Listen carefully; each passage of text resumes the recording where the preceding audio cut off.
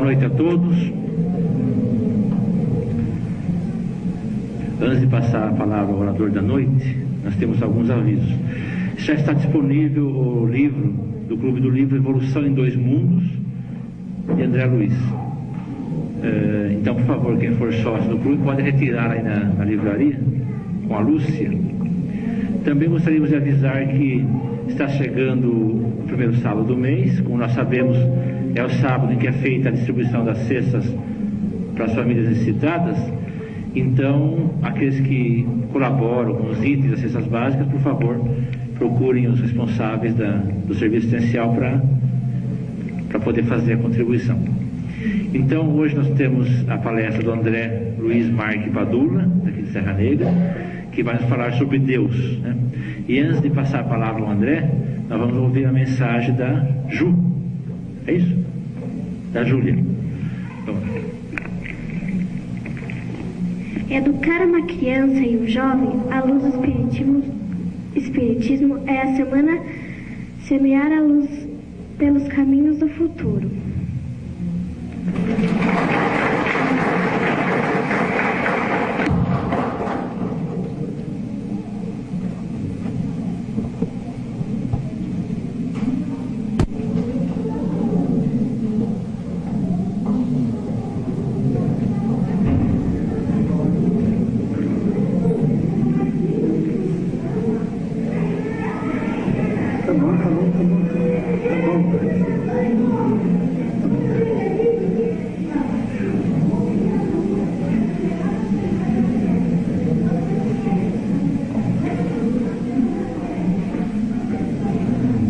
Boa noite a todos, que a paz de Jesus esteja sempre conosco e que nós consigamos manter esse amor junto de nosso coração.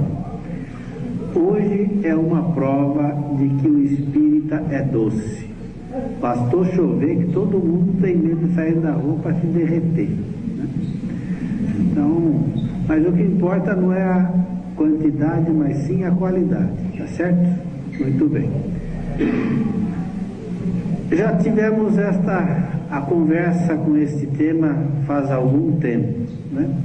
E é sempre importante nós voltarmos aos temas abordados para que nós consigamos relembrar algumas coisas que sempre se fazem importantes, né?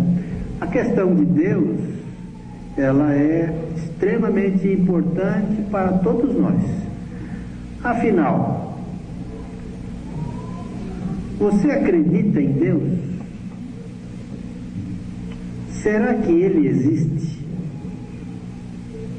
Porque é comum, é normal, ou melhor, é normal alguém chegar para você e perguntar: você acredita em Deus? E você de pronto fala: eu acredito. Mas até que ponto nós acreditamos em Deus? Até que ponto efetivamente nós temos a certeza que Ele existe? Porque quando você fala que eu acredito em Deus, nós podemos deixar de acreditar.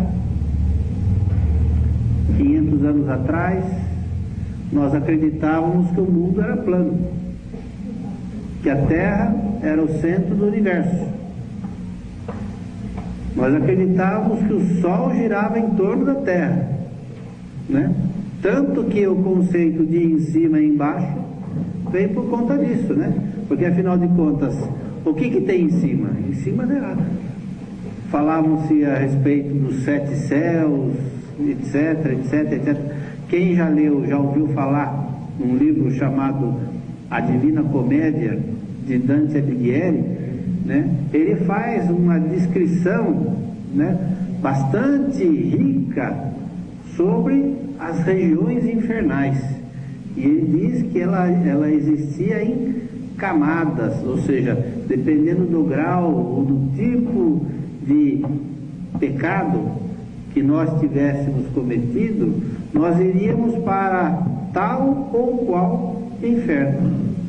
E da mesma forma, caso merecêssemos o céu pelas nossas atitudes, nós também, em virtude delas, iríamos galgando os céus até chegar ao sétimo céu. E o sétimo céu é onde viviam os espíritos puros, onde vivia Deus. E esse conceito era possível por quê? Em cima e embaixo. Em cima tem camada, uma, duas, dá para a gente imaginar isso. Hoje, 500 anos passados, nós vemos a ciência e um telescópio Hubble, né, trazendo milhares, milhões talvez, de imagens do universo. E cada imagem, uma mais espetacular do que a outra,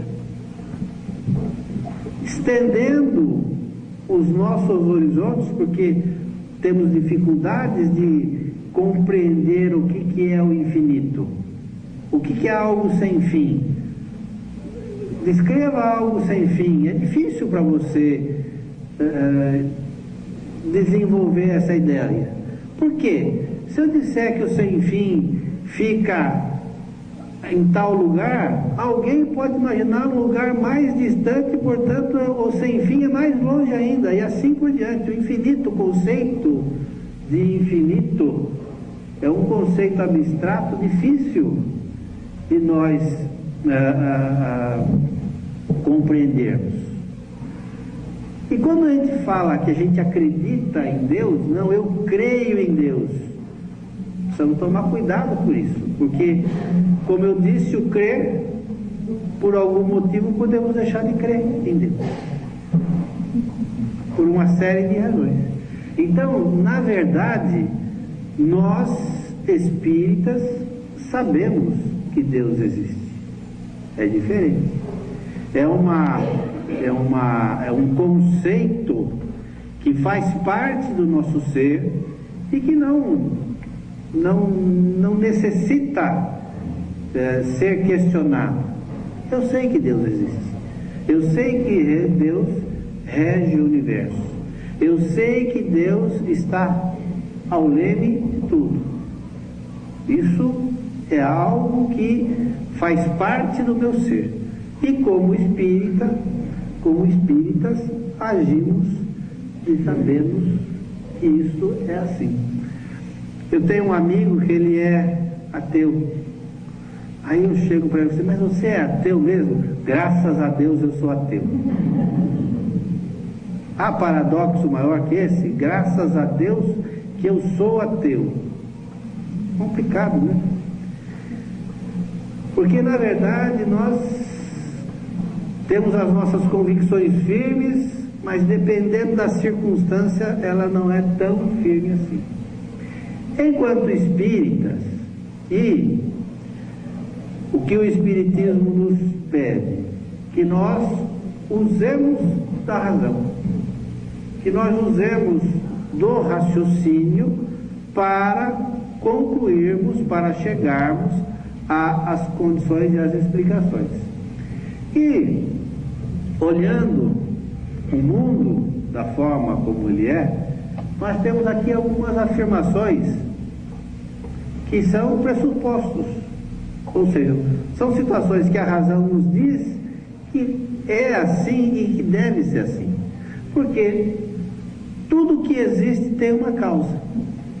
Ora, ao passarmos na estrada, e se nós olharmos para uma propriedade rural e vermos que existe uma plantação de café, que existe uma plantação de tomate, que existe um estábulo, etc., nós depreendemos que alguém plantou aquele café. Porque o café não nasceu arruado, acompanhando as curvas de nível, ele não nasceu sozinho, não foi o acaso que fez com que o café nascesse daquela forma. Então, existe uma causa, existe a mão de alguém que fez com que as plantas estivessem dispostas daquela forma. Existe alguém que planejou, que pensou a construção de um estábulo, de um curral, Existe alguém que fez aquilo de uma maneira lógica para poder extrair daquele local o melhor que ele pudesse, em produtividade, etc. Então, tudo que existe tem uma causa. Vocês já viram o nada criar alguma coisa? Aí, tem sempre alguém que fala assim, eu vi. Eu morei numa república e os pratos e as louças que ficavam sobre a pia demorava tanto tempo para ser lavado, para ser limpo, que sempre surgia alguma coisa nova ali. E ninguém plantou aquilo. Como é que surgiu aquele algo lá? Sujeira, micróbio, gera alguma coisa. Mas não é o nada que gerou alguma coisa. Ele não surgiu assim, né? Alguma coisa fez com que surgisse aquilo. Outra afirmação que também a nossa razão nos faz crer como sendo verdadeira é que o efeito nunca é superior à causa. Por quê? Porque a partir do momento em que o efeito for maior do que a causa, há uma subversão das coisas. Por quê? Se algo gera um efeito, tá? Sendo ele resultado de algo, esse efeito pode surgir 1, 2, 3, 4, N vezes. Você pode fazer com que esse efeito surja outras vezes. Mas o efeito por si só não tem origem. Ele não se produz também espontaneamente. Então existe algo que faz com que o efeito surja, que deflagre aquele efeito. E não podemos imaginar um efeito maior que a causa. Mas você pegar a comparação ia ser muito ruim, mas eu vou falar para vocês, tá? Por exemplo, a explosão atômica, né? O efeito causado pela fissão, né? Pela fissão nuclear, pela quebra de uma molécula, a energia gerada por aquela quebra faz aquele efeito que todos nós lembramos, né? Aquele facho de luz enorme, aquele cogumelo, etc. e tal. Se eu promover uma nova experiência, vai acontecer a mesma coisa? Vai. Se eu repetir esse efeito quantas vezes eu quiser, vai acontecer sempre a mesma coisa? Vai. Por quê? Porque a lei física que explica esse fenômeno vai ser sempre a mesma. Então, o efeito nunca é superior à causa. E por fim, que todo efeito inteligente tem uma causa inteligente. Dá para imaginar um encadeamento como aquela plantação de café? Estão imaginando uma plantação de café? Toda arruada, toda acompanhando a curva de nível. Dá para imaginar que aquilo tivesse sido feito pelo acaso? Não dá, né? Então todo efeito inteligente tem uma causa inteligente. Se fosse possível pegar um animal, um macaco, colocá-lo à frente de um teclado e de um monitor do computador, e o treinássemos a que ele ficasse apertando as teclas do teclado, ao longo de um determinado tempo, é possível que nós tivéssemos uma ou outra palavra formada pelo apertar de teclas daquele ser. Mas o apertar de teclas do macaco, por exemplo, não foi inteligente, ele apenas mecanicamente fez aqueles movimentos e obteve uma palavra, por exemplo. mas não que houvesse um encadeamento lógico. Se nós formos olhar um relógio, olharmos o mecanismo, não o relógio de hoje, hoje o relógio é muito mecânico, a gente não vê muita coisa, mas aqueles relógios antigos, onde haviam cheios de polias, cheios de engrenagens, se nós formos olhar aquele mecanismo, nós vamos falar assim, poxa, que inteligência teve o homem um dia que desenvolveu esse mecanismo tão perfeito. Perfeito ao ponto de, se errarmos um dente, se tirarmos metade de um dente de uma engrenagem, o relógio vai se quebrar. Ele não vai mais surtir o seu efeito. Portanto, é a inteligência criou um mecanismo que gera um efeito inteligente, marcação de horas. Esse computador que está sobre a mesa, aquele projetor de imagem, foi objeto do quê? Da concepção humana que o criou. E nós podemos ficar maravilhados com aquilo que a inteligência humana é capaz de fazer. Mas por que você está falando tudo isso? Nós estamos falando tudo isso porque dá para imaginar o universo sendo formado pelo acaso? E quando nós falamos de universo, nós não estamos falando somente dos mundos colocados a tal ou qual distância, se ele está em expansão ou não, se teve um Big Bang ou não. A questão não é essa. As leis físicas que regem o comportamento desses mundos,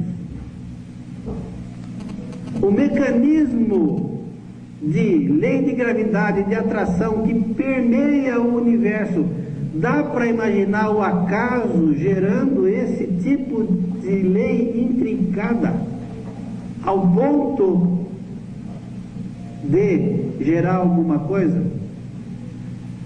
Se nós admitirmos que o acaso poderia gerar tal coisa, talvez nós estejamos trocando o nome de Deus por acaso.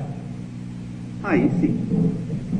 Mas o nada gerar alguma coisa, o nada gerar algo inteligente, concatenado, uma lei física que é válida em todos os globos do universo, porque a lei da gravidade existe em todos os mundos, em todos os globos. Marte existe, Júpiter existe, assim por diante. O que modifica alguns parâmetros, algumas relações fixas, talvez outras questões físicas, quantidade de ferro no núcleo gerando maior ou menor gravidade, coluna de gases sobre a superfície daquele planeta gerando mais ou menor pressão, e assim por diante. Mas são parâmetros físicos constantes em todo o universo, que são os mesmos aqui da Terra. Portanto, imaginar que o acaso fosse capaz de gerar tal concatenação em todo o universo, será que é mais fácil imaginar no acaso ou imaginar a existência de Deus, ou aceitar a existência de Deus? Teria condição da natureza criar a si mesma? Quem tem em casa um canal de televisão da Sky ou da NET, em outras cidades tem, mas aqui é Sky, existe uma série de programas que são colocados à nossa disposição, chamado O Universo, aonde os cientistas buscam explicar como o universo se formou, como ele se criou, tudo partindo sobre premissa científica. Só que a origem não é dada. E partem do pressuposto de que as leis estão dadas. Mas quem criou as leis? O acaso teria essa capacidade? Da mesma forma a natureza. Se tivéssemos uma temperatura há alguns milhares de anos, 1 grau a mais ou 1 grau a menos em média, talvez a existência da maneira como nós, de vida, da maneira como nós entendemos, baseada no carbono, talvez não existisse. Existe a questão de 2 anos atrás aproximadamente, porque tudo que nós entendemos como vida está baseado numa estrutura, numa combinação de carbono.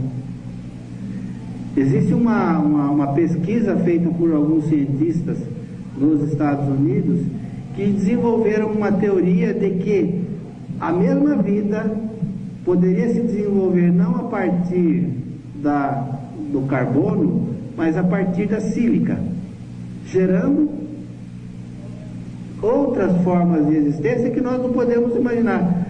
Aí alguém poderá dizer, mas isso daí é impossível.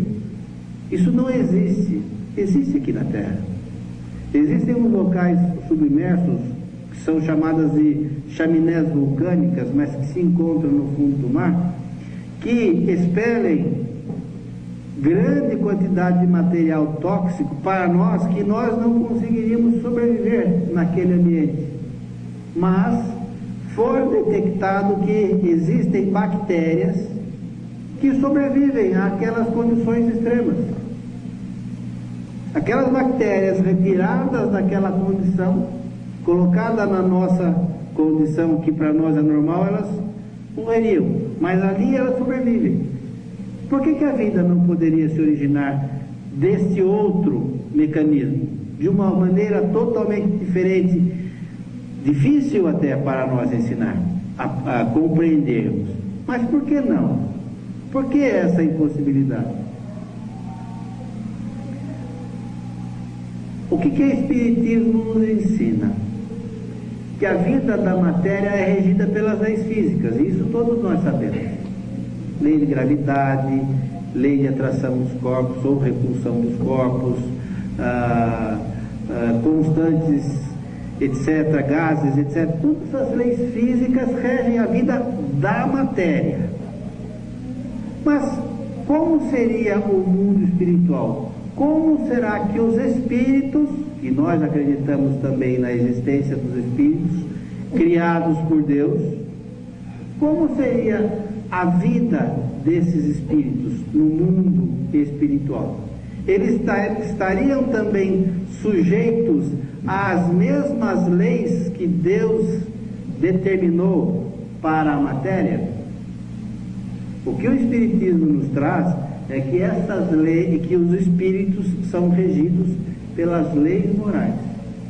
E a consequência dessas leis morais, da maneira de como eles agem, lhes conferem tal ou qual situação, tal ou qual maneira de agir.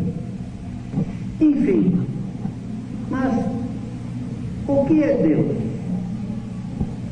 O Espiritismo, o Livro dos Espíritos, na sua pergunta primeira, nos diz o seguinte: que Deus é a inteligência suprema, a causa primária de todas as coisas. Notem que a pergunta não está formulada em quem é Deus, mas que é Deus. Porque se fosse formulada da forma quem é, nós teríamos, imediatamente o raciocínio de que Deus seria algo ou alguém ou alguma coisa. E temos hoje condição de compreender quem é Deus? Dificilmente. O Espiritismo, então, o Livro dos Espíritos, pergunta primeira, nos dá essa resposta, que Deus é a inteligência suprema, causa primária de todas as coisas. Ou seja, tudo foi criado por Deus. Tudo que nós vemos, tudo que nós assistimos, tudo o que nós sentimos e imaginamos. Como será que Deus se parece? Alguém tem ideia de como Deus se parece? Existe alguma imagem que o represente? Na nossa infância, espiritual, nós estagiamos por diversas situações da humanidade.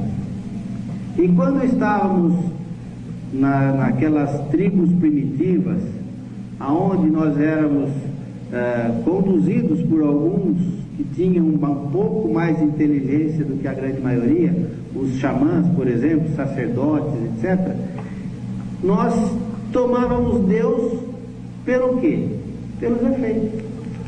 Então Deus era o raio, Deus era o trovão, Deus era a chuva, Deus era o vento, Deus era um animal, Deus poderia ser uma árvore, poderia ser um local. Deus era alguma coisa que nós pudéssemos visualizar, que nós pudéssemos ver e compreender, porque naquele instante a nossa capacidade de entendimento e compreensão era restrita. Então nós tomávamos Deus pelos efeitos, não pelas causas. E era natural pelo nosso estágio evolutivo. Fomos evoluindo, fomos desenvolvendo o nosso raciocínio, fomos desenvolvendo as relações interpessoais. A humanidade começou a se desenvolver, a criar leis para reger a sua forma de inter-relação, e nós passamos a acreditar em deuses diferentes. Mas nós acreditávamos, por exemplo, os gregos acreditavam na existência de Zeus, Marte, acreditavam na existência de Artemis, acreditavam em diversos deuses, cada um representando uma coisa. Marte era o deus da guerra, Zeus era o pai de todos, Artemis era a deusa da caça, Diana era a deusa da caça, Artemis, se não me engano, era a deusa do amor, e assim por diante. A cada relação e sensação humana havia um deus para aquela sensação. Baco era o deus da alegria, o deus do vinho, e assim por diante. Da forma como o tempo foi passando, nós fomos atribuindo a cada um desses deuses uma imagem, e inclusive a Zeus. Então, inclusive, uma das consideradas maravilhas do mundo antigo era a estátua de Deus, de Júpiter, que havia em Roma. E Júpiter nada mais era do que Zeus, o deus importado da Grécia. Que os romanos, quando eles dominaram a Grécia, eles tomaram toda a filosofia grega, os seus deuses, e trocaram de nome. Então Zeus passou a ser Júpiter, e assim por diante. Trocaram os nomes dos deuses, mas o que esses pressupostos eram os mesmos. Então nós necessitávamos criar uma imagem para que compreendêssemos Deus. E a imagem criada por Deus naquela época perdurou até pouco tempo. Por exemplo, se você for perguntar para as crianças como elas veem Deus, elas dizem o seguinte: Deus é um homem velho, sentado num trono, cabeludo e barbudo, né? As crianças têm essa imagem de Deus, que elas chamam de imagem antropomórfica, de que Deus é semelhante a nós. E isso é algo que nós trazemos no passado como sendo verdadeiro também, porque não podendo ser Deus, nós achamos que Deus nos criou a sua imagem e semelhança. Vocês já ouviram isso em algum lugar? Deus criou um homem à sua imagem e semelhança. Vocês já ouviram isso em algum lugar, eu acredito, né? Por que colocou-se isso? Por uma necessidade que nós tínhamos de nos equiparar a Deus, porque nós não compreendíamos quem poderia ser Deus. E hoje, temos condição de compreender o que é Deus? Nós temos condições de entrar, de descobrir, de compreender a natureza íntima de Deus, apesar do Espiritismo nos ensinar muitas coisas, nós conseguimos compreender a Deus? Não.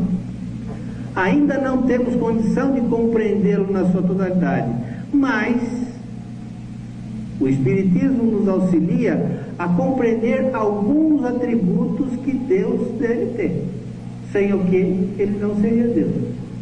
Quais seriam esses atributos? Deus é eterno. Deus sempre existiu. Porque se Deus não fosse eterno, nós poderíamos imaginar alguém que tinha sido criado, que existia antes que Deus, e deu origem a Deus. Deu para entender? Portanto, este ser que existiria antes de Deus e que criou Deus, seria Deus. Só trocar de posição. E que tudo foi criado por Ele. Por isso que Ele é eterno. Deus teve um começo?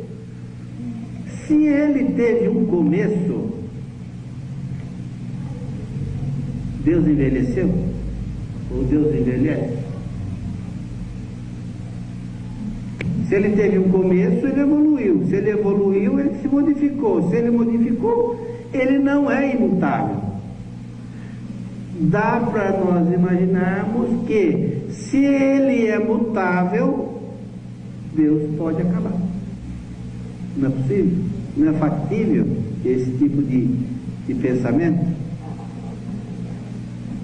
Ora, para que Ele permaneça, para que Ele não desapareça, para que Deus não morra, é necessário que Ele seja imutável, até para que o universo tenha estabilidade.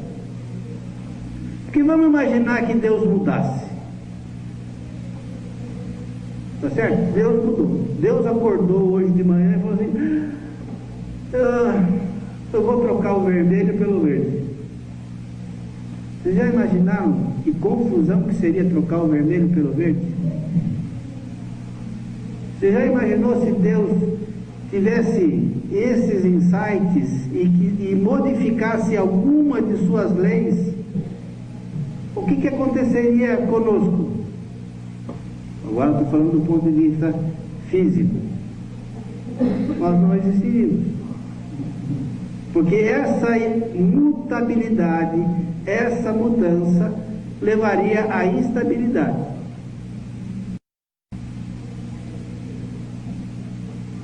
Deus é único.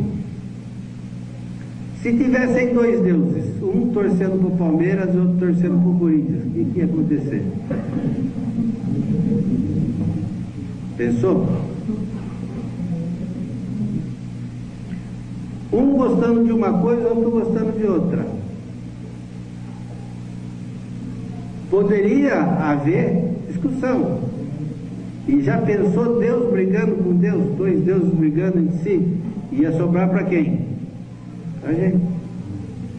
Então, há necessidade de que Deus seja único. Mas aí ele poderia existir um mais forte que ele. Podemos imaginar um Deus mais forte e outro mais fraco. O Deus mais forte seria Deus, o Deus mais fraco seria um ser subordinado a ele. Não Deus. Deus é um só. Imaterial. Esse imaterial está ligado também à questão da imutabilidade. Porque se Deus fosse material, e nós sabemos que a matéria é passível de transformação. Você pode extrair minério da terra, passar por esse minério por determinados processos produtivos e transformar o minério em outros objetos. O ferro em lingote, o ferro em aço, o aço você pode depois fazer essa parte que é da parte do computador, pode transformar em parafuso, pode transformar em pedestal, você pode transformar. Mas a matéria seria passível de mudanças, de transformações. E se Deus sofresse transformações, Deus também não seria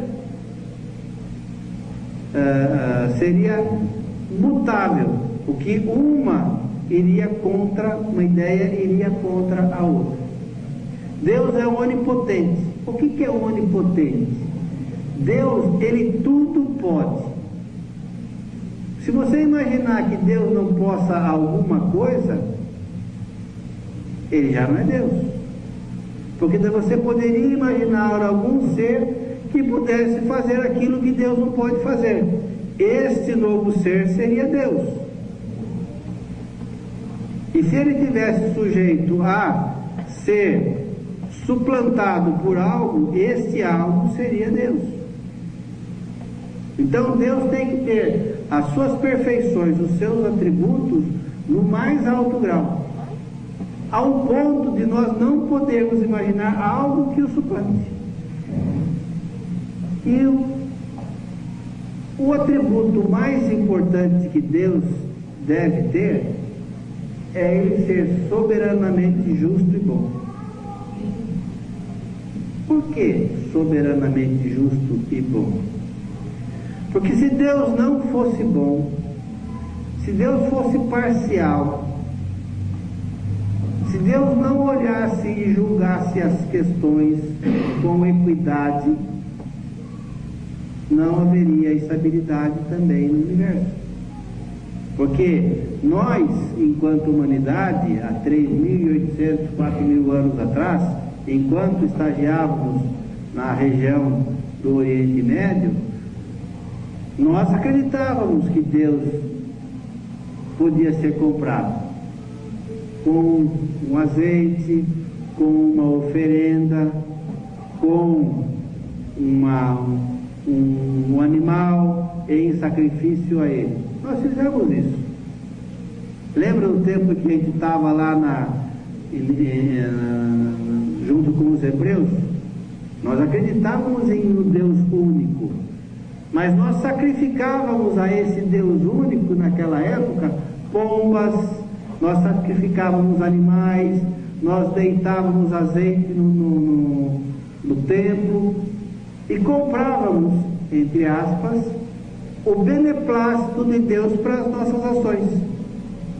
Porque se a gente agisse errado, nós poderíamos dar 1 quilo, 2 quilos de farinha, 2 ou 3 litros de azeite e comprar o perdão de Deus.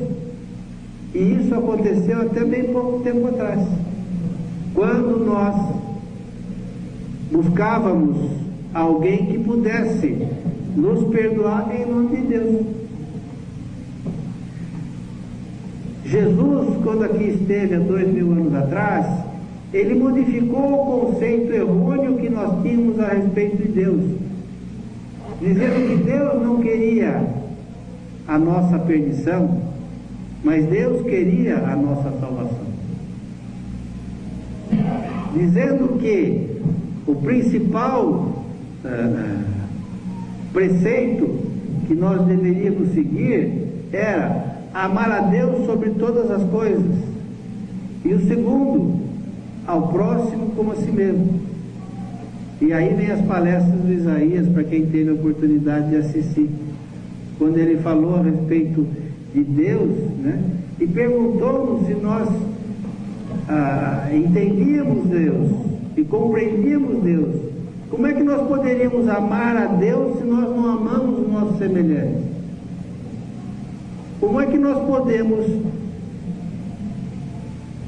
amar a Deus se não somos caridosos, compreensivos, tolerantes com aqueles que agem e pensam diferente de nós?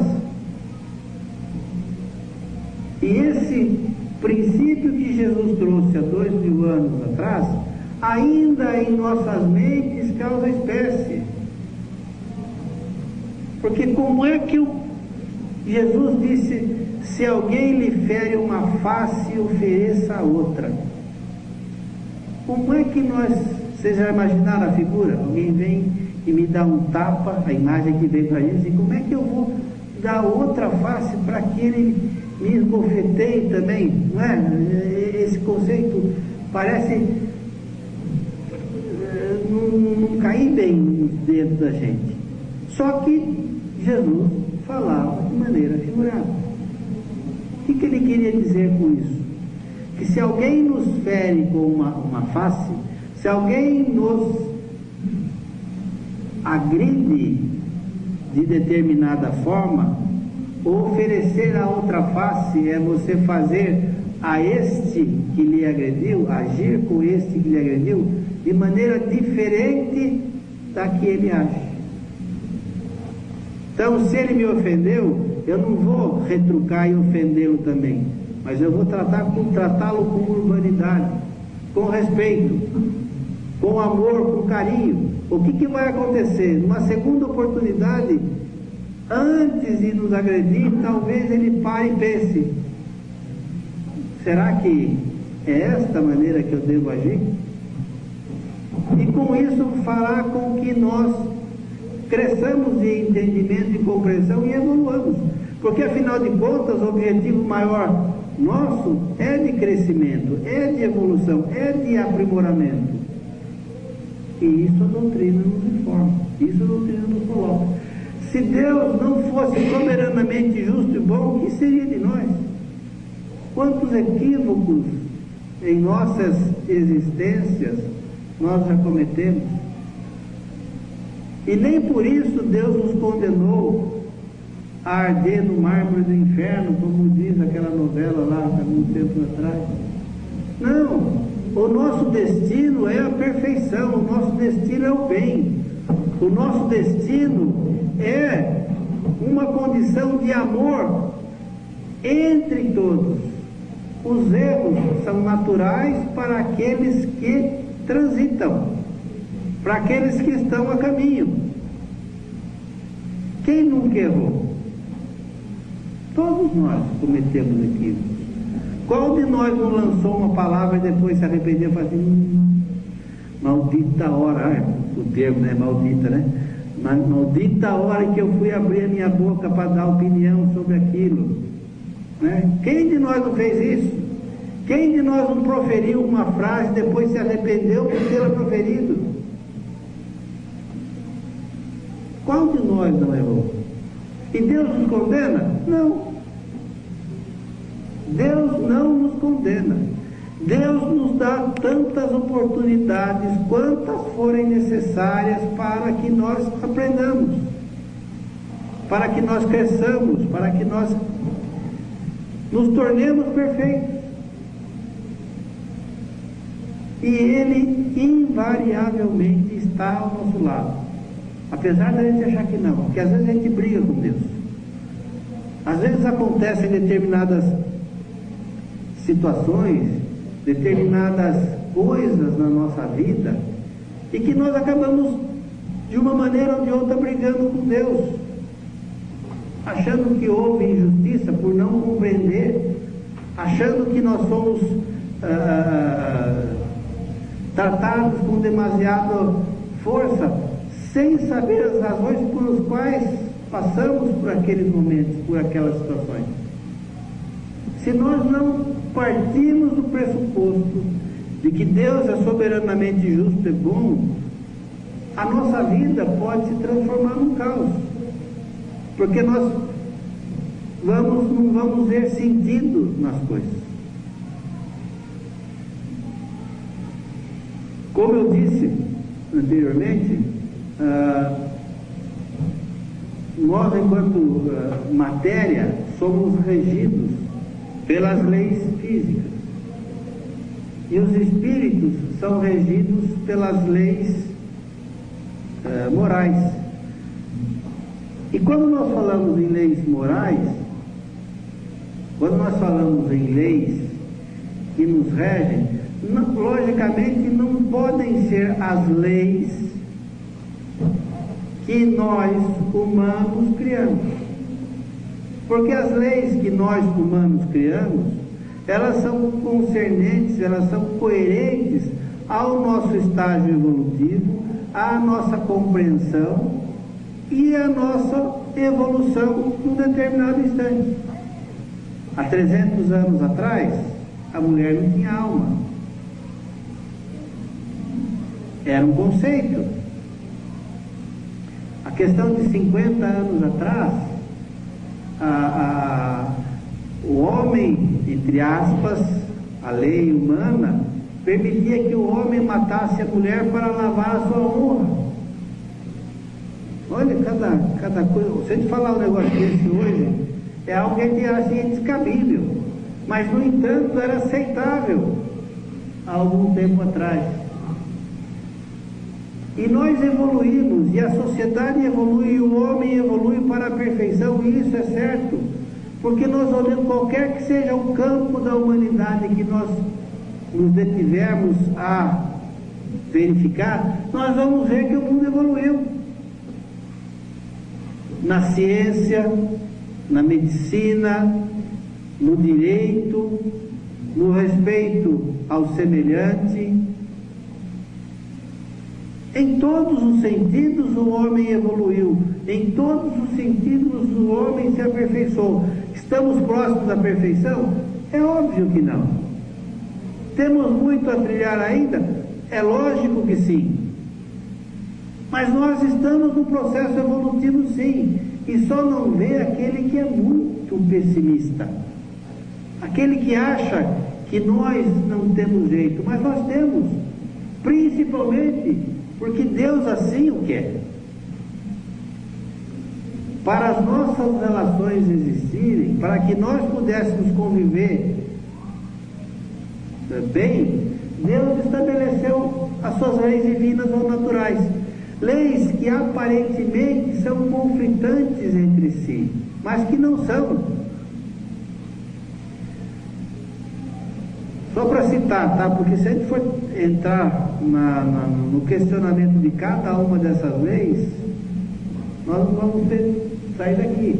Mas as leis naturais seriam a lei de adoração, do trabalho, da reprodução, da conservação, da destruição, lei de sociedade, lei de progresso, lei de igualdade, lei de liberdade e a lei de justiça, amor e caridade.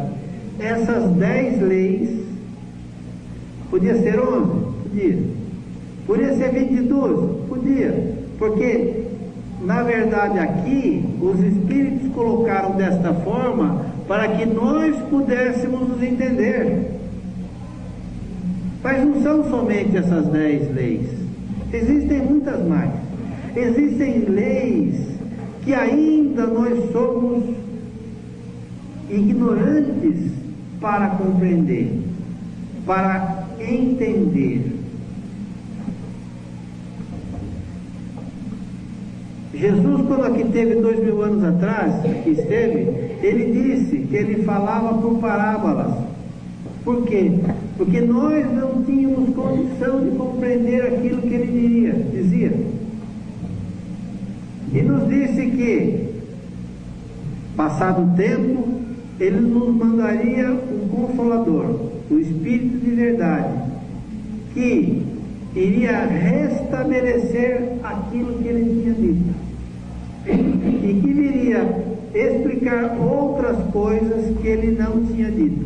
Ora, se o Espírito de verdade veio restabelecer algumas coisas, é que nós, ao longo do tempo, deturpamos as palavras do Cristo. Porque senão não seria necessário restabelecer aquilo que ele havia dito. Da mesma maneira, Jesus fica patente que Jesus não teria dito tudo, porque se ele tivesse dito, o Espírito de verdade, o Espírito de verdade não precisaria esclarecer pontos que ele deixou em aberto. Mas nós, há 2000 anos atrás, não tínhamos condição de compreender.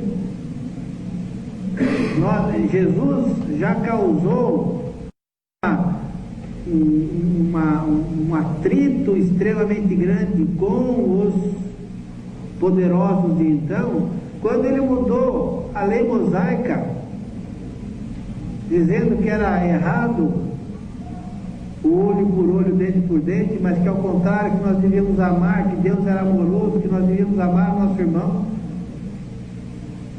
Quantos exemplos Jesus deu em sua existência, de que nós deveríamos ser caridosos, deveríamos ser tolerantes, deveríamos compreender, deveríamos perdoar. E nós até hoje estamos nesse processo de aprendizado. Mas nós estamos chegando lá. E vamos chegar. E o mundo não vai acabar. O mundo não vai ter um fim, como muitos pensam que vai. Porque na verdade, nós espíritos somos eternos. Nós somos, sim, criados num determinado instante por Deus. Mas a partir do momento em que nós somos criados, nós não teremos fim enquanto espírito. A nossa evolução vai se dar de muitas outras formas que nós não conseguimos aprender ainda, mas vai continuar. A vida não se encerra com um fenômeno chamado morte. Enfim, a ideia era trazer um panorama do que seria Deus. A ideia seria trazer uma ideia para que nós pudéssemos discutir e conversar a respeito de conceito Deus. Porque esse conceito Deus, ele se modifica ao longo do tempo.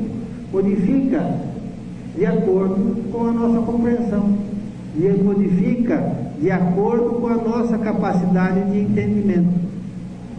Quanto mais nós nos debruçarmos sobre as informações trazidas nos livros espíritas, quanto mais nós nos debruçarmos usando a razão, o raciocínio nas informações acerca de Deus, nós vamos percebendo e nos aprofundando em nuances que antes nós achávamos que não estava ali. Mas isso nunca estava escrito no livro dos Espíritos. Você lê a primeira vez, lê a segunda, você fala assim, mas isso aqui não estava. Colocaram algo novo. E já estava lá. Simplesmente nós ainda não tínhamos olhos para ver. Não tínhamos condição de compreender aquilo que estava embaixo do nosso nariz sempre. Vocês já ouviram falar da expressão o ovo de Colombo, né? Colombo, numa reunião, se dispôs a colocar um ovo em pé. E ele foi menosprezado pelas pessoas que estavam naquela sala. Aí ele pegou um ovo, quebrou o fundinho do ovo, colocou o ovo em pé e o ovo parou em pé. Aí não falou, mas assim até eu. Mas ele não falou em que condição. Ele precisou fazer primeiro, depois todo mundo fazia igual. Mas depois que ele fez. Então tem muita coisa a respeito de Deus, sobre o entendimento de Deus, sobre o aprofundamento dos seus ensinamentos, que à medida em que nós estudarmos cada vez mais, nós vamos compreendendo também cada vez mais. Enfim, aproveitando esse momento, eu gostaria de pedir a todos para que cerrássemos os nossos olhos, que levássemos o nosso pensamento a Jesus, nosso irmão maior, divino mestre, a quem agradecemos pelo amparo que nos tem dado ao longo das nossas diversas existências. Obrigado, mestre, pelo Evangelho, roteiro de luz que nos deixa.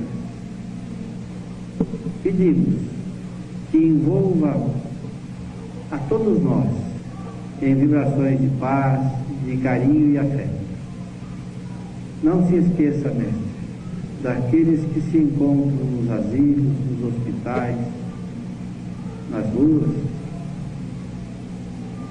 nos presídios, prostíbulos, enfim, aonde haja um coração em desequilíbrio, aonde haja alguém soluçando de dor, possa a sua luz, possa o seu amor se fazer presente com cada um deles.